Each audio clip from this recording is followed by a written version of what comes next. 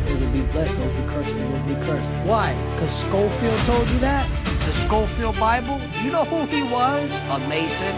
First of all, the Apostle Paul tells Titus to avoid arguments about genealogies. The name of today's episode is The Truth They Never... Hey, how's it going, everybody? My name is Vic. And my name is David. We are your hosts of the V.D.R. podcast. What is really good? What's really good, world? What's really good, America? We want to welcome you to the best podcast in the world, the number one podcast in the world. I didn't say it. The people are saying it. Amen. The people. We are number one. Oh, but you might be saying, well, you know what? How you're number one? You guys don't even have that many subscribers. Oh, I'm speaking it. I'm speaking into the atmosphere right now. You know why? Because we're already number one. We're already the champion. We're already the top podcast, whether you like it or not. All right? So tune in. Share this with your friends, please. Share this with your friends. All right? Have your kids watch. Tell your kids to put down that garbage. Tell your kids to stop playing video games, and tune into the podcast. All right, get educated for real. Tell not that garbage they're teaching them in school, that this is real education. Amen. Let's go. Yes, before we get started, go to our YouTube channel, check out the V.D.R. podcast, press that like, subscribe, share button on our audio show. Hell yeah. Go to Apple, go to Spotify, go to Podbean. Press that follow. You're not going to miss an episode. You know, the cool thing about our show is it's actually really good on audio. Yes. Heard in many different countries. Lastly, today's show is about King Charles visiting the United States. Wow. The White House, to our president. Is King Charles kissing the ring?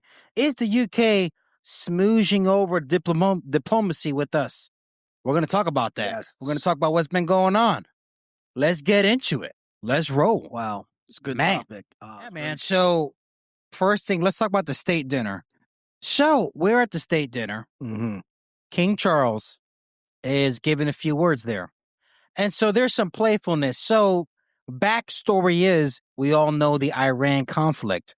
We know what's been going on with our president, with the U.S., and the blockade there, right? Mm-hmm. So, backstory is... NATO did not want to support the U.S. in our operations.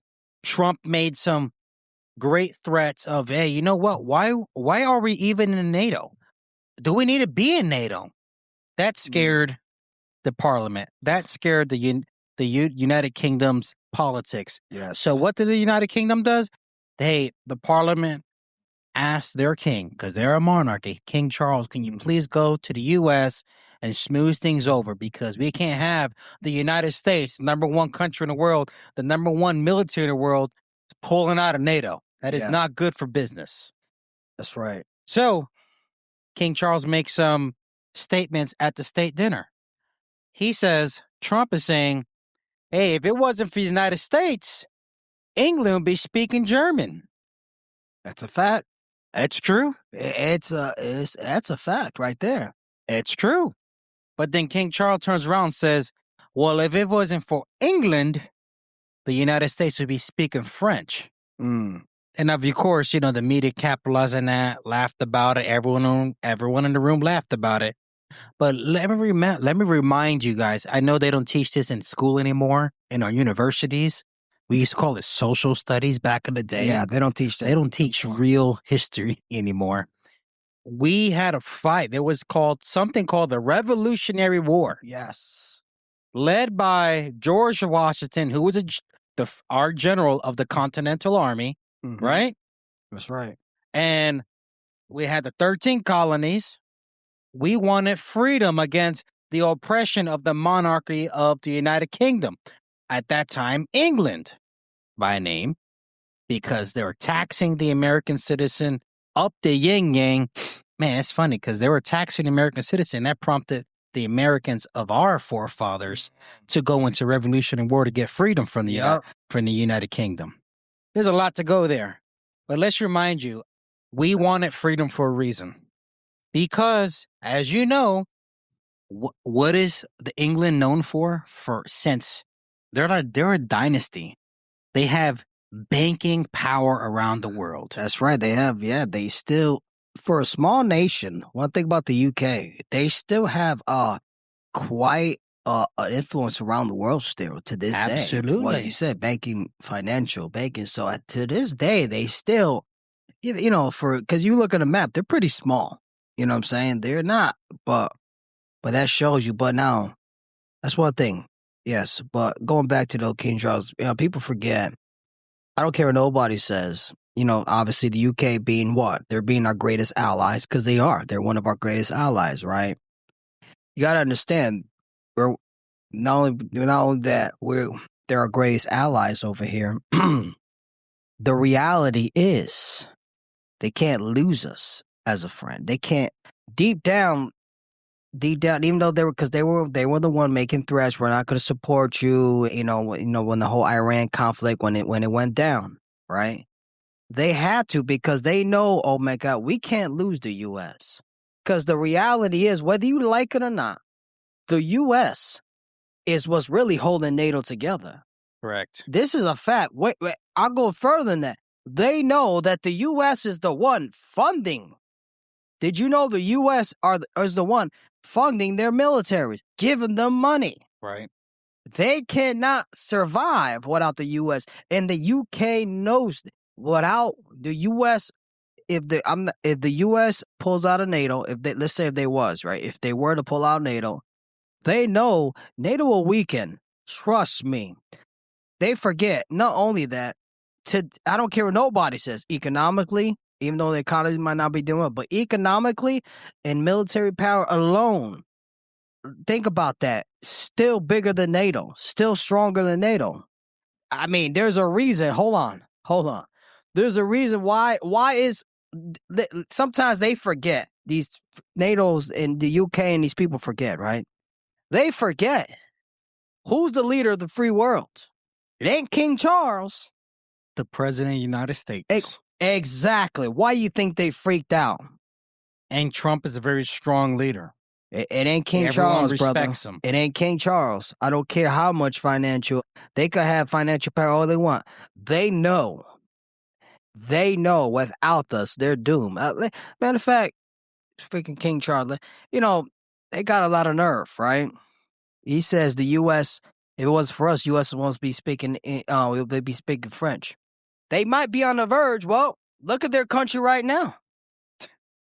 Their country is on the verge of being taken over by Islam. Extreme. Islamic extremism. Yes. Guess what?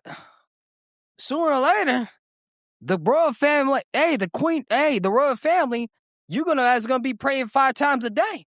Sooner or later. You guys are gonna have to submit to Islam sooner or later, the way it's going. At the current rate. At the current rate that is going. See, this is what they kill. Sharia law, all that. So when the UK criticizes the US, they forget. At least, all right, our president might not be perfect. I might not agree with everything. At least he has a backbone. Exactly. To try to keep it as American as it should be. Try to keep America first. Try to keep it as patriotic as we can. At least he's trying to keep that spirit alive. Not the UK. They got their weak A parliament, because I can't curse on this thing, right? With their weak, I'm sorry to say, and the weak royal family. They're weak. You guys are royal family. You allowed, you know what? Because we are a tolerant nation. We are tolerant, and we accept all people, all refugees. And look at that back. Look at that crumpets. And look at that now. They want, and guess what? You invited all those refugees, all those jihadist extremists, and guess what? And those refugees and those jihadists, those Islamic extremists, those Muslim extremists in the country wants UK in their government to submit to the religion of Islam. And for our Muslim brothers and sisters out there, this was not paid by the nation. Israel did not pay us to say that. Yes, the nation of Israel did not pay us to say that. And then vice versa. Every time we talk about Israel, we were not paid by the Muslims to do that either. Okay. Yeah, sorry. Anyway, let's get back on track. So You know what's happening is, we have a president who's one of the greatest businessmen of all time, to be quite frank, right? Mm-hmm. And he's positioning the United States to have economic power. That's where right. we are separating for that old English power because England has great banking money. Yes, What they call that? Money, power, respect. They do. Money gives them significant power throughout the whole world globally. That's right. They're what? They're like the number 4 or 5 economy in the entire world. Yeah. They're top 5. That's right. All by themselves. That little old nation. Yeah. So it just goes to show you, they're not doing British imperialism anymore. No. They have changed the tactics. Yeah. They're ruling and with their influence through the banking, through money. The reserves. That's right. Federal Reserve. Central banking system. Hey, it's a lot of money there. So Trump is changing things where we are separating from that dependency and becoming an economic power of our own. And guess what? We're on the right track. I think that's where they're afraid as well. They send the king over here to schmooze things over. Just to be real with you, I believe the king came here to kiss the ring, like the Godfather. You check out our thumbnail. I have President Trump and King Charles. Then I have a picture of the Godfather from the throwback movie. That's right. Someone kissing the Godfather's ring. Don Corleone. I believe this was a Don Corleone situation. Yeah, the king was, he's a veteran in politics, right? He knows how to be political, say things in between the line to keep England like strong and whatnot. But he was in that office kissing the ring, bro, smooching things over. That's why he got sent here by his parliament, because of the whole of them not supporting the U.S. in regards to the Iran thing and threatening to leave NATO. So he's on his trip for a couple of days. What does he do? He addressed the United States Congress on Capitol Hill. Mm-hmm. And he goes on, he says his long monologue, David. Yeah. His long monologue on complimenting our forefathers, complimenting our 13 colonies, complimenting our tenacity for fight for freedom. But in the middle of these compliments, he keeps going back to the deep English history that the United States is rooted on, hinting that there is an English dominance rooted in our history. It's like one of those political games where you're saying F you, but with a smile on your face kind of thing, right? Yeah. And he keeps hinting at these things. He then goes to the U.S. Congress, gives a standing ovation. This is when they gave a standing ovation. They gave a standing ovation because he goes further. He's hinting that the English roots is deeply rooted in our Constitution, our Bill of Rights, our judicial system, right? Yep. He keeps going back to those phrases. And then he talks about how in the Magna Carta, which is an English document made sometime, I think 1680 something, 1689, something like that, mentioned, because that's an English document, that the U.S. adopted, and the Supreme Court in the United States mentioned it over 160 times in 1789, right? And so when he said that, bro, all of a sudden, both the Republicans and the Democrats jumped out of their seat with a loud standing ovation. All proud. Bunch of puppets standing up, just clapping, clapping, clapping. There's 2 trains of thoughts on that. We have you got the Democrats, right? Complaining about this whole no kings crap. Whining. There's a bunch of no kings everywhere. Yeah. No kings protests here in Palm Beach County, bro. See it every so often. Across the country. Right, Dave? They're still doing that. Complaining. No kings. No kings. But yet they're standing up, loving King Charles, kissing his butt. They stood up for the king there. They stood up for a king. They actually, they stood up for a king. Exactly. These are the same people who accuse Donald Trump, no kings, knowing that we don't even have a king. Because we don't have a monarchy, we have a president, we don't have a king, right? And all of a sudden, these people were paying homage to King Charles. I'm just saying. Hey, I'm just saying, bruh. He has another train of thought. He talks about, and this is from my rhinos out there, right? My rhinos, looking in name only, right? He says, "Oh, England is a Christian nation." We believe on these Christian principles. And then all of a sudden you got the Speaker of the House, Mike somebody, I forget his last name. Yeah. Clapping. Everyone, all the Republicans stand up clapping. Very happy. He said they're a Christian nation.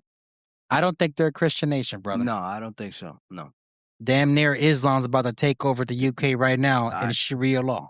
Oh, they're there. They're there. They're not a Christian nation. They're not a Christian nation. Now, when you have, they already got not only they're demanding Sharia law in their country, they already took over they already took over cities, and they put. Did you saw in some cities they put in their courts?